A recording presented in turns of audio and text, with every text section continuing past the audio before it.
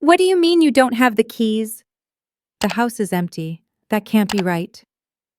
My knuckles were white around my phone as I stood in front of what used to be my home.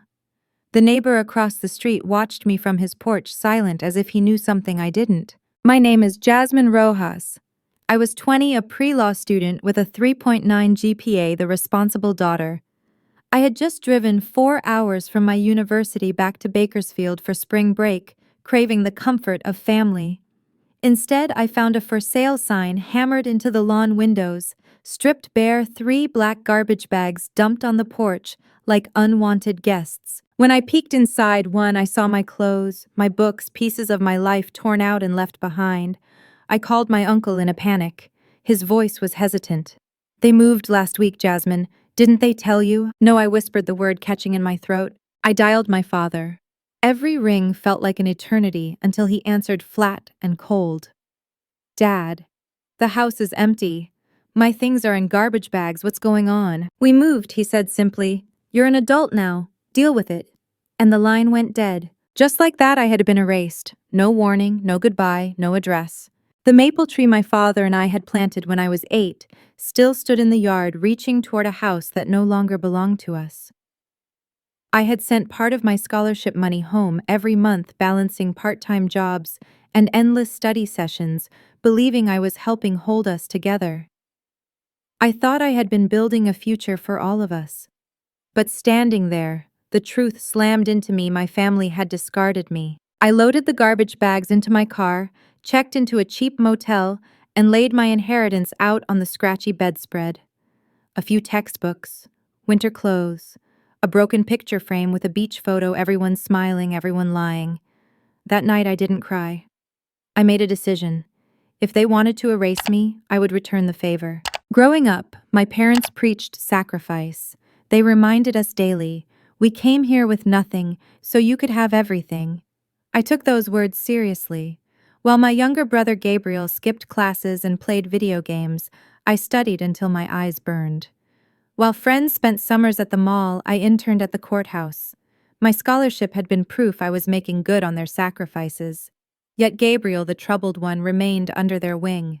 And me, the quiet achiever, was cast out like trash. I called my professor, a mentor who had seen me beyond grades and titles. When she heard, she opened her home. No time limit. "Focus on your studies," she said, giving me her guest room and a key.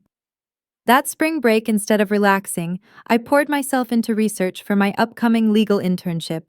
The irony wasn't lost on me. I would be working on housing discrimination cases while homeless in every sense but name. That summer, I discovered something unexpected. In the faces of families losing their homes, I saw myself. In their voices trembling with fear and rage, I heard my own. And as I listened, really listened, I realized something: my parents never had pain. When channeled, can build power. One night, after interviewing 3 families served simultaneous eviction notices, I stayed late, drowning in their stories and my own. My supervisor found me there and asked, "So what are you going to do about it?" Her words stuck. Days later, in a seminar, I heard about a grant program for social innovation. And in that moment, something inside me shifted. I could stay broken, or I could build something from the wreckage. I called it the Safe Space Initiative. My answer to abandonment. My way of making sure no one else felt as discarded as I had been. The grant proposal consumed me for weeks. I worked late into the night in my professor's guest room, drafting and redrafting every section.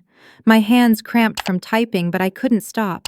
Every word felt like a step toward reclaiming what had been ripped from me.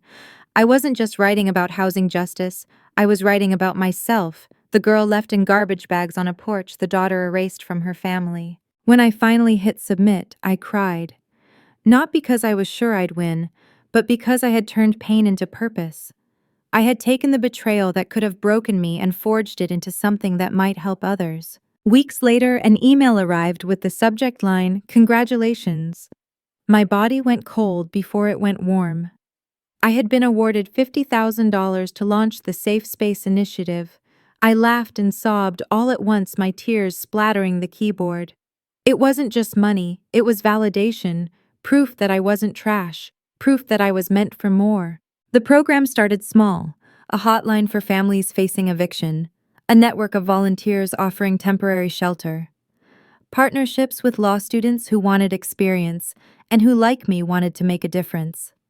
Soon, local news outlets began covering our work, calling me the student who turned her pain into a mission.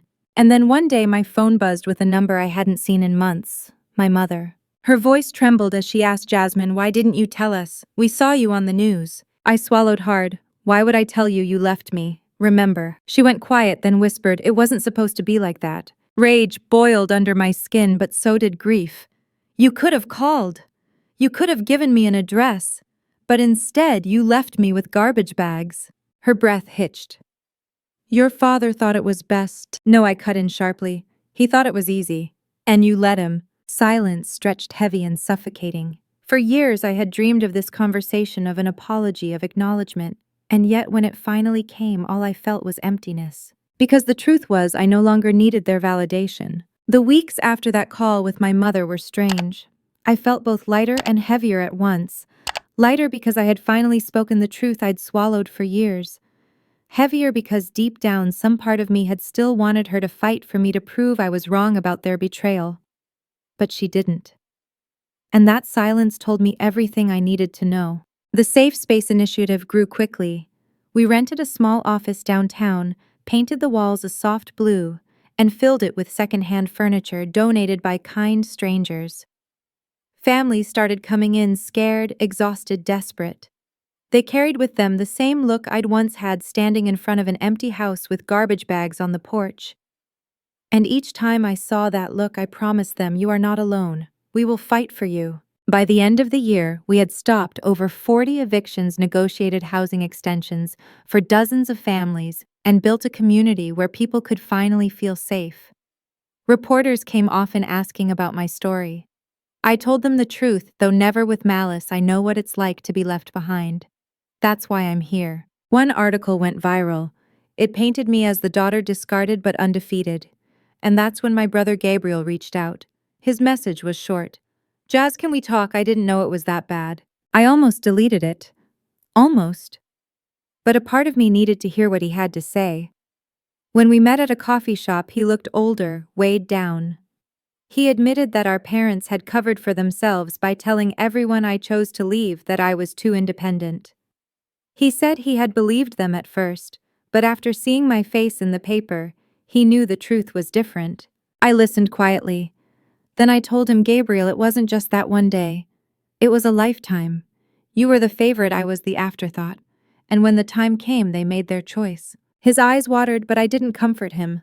I wasn't his caretaker anymore. For once, I was mine. That night, back at my tiny apartment, I lit a candle and wrote in my journal, "Family isn't who shares your blood. Family is who refuses to throw you away." And for the first time in a long while, I believed it. If you've ever been cast aside by the very people who were supposed to protect you, know this: you are not trash. You can build your own home, your own family, your own safe space. If my story touched something in you, please like this video. Share it so others can find hope, and subscribe for more stories like mine. And I'd love to hear from you in the comments. When was the moment you realized your worth, even when others didn't?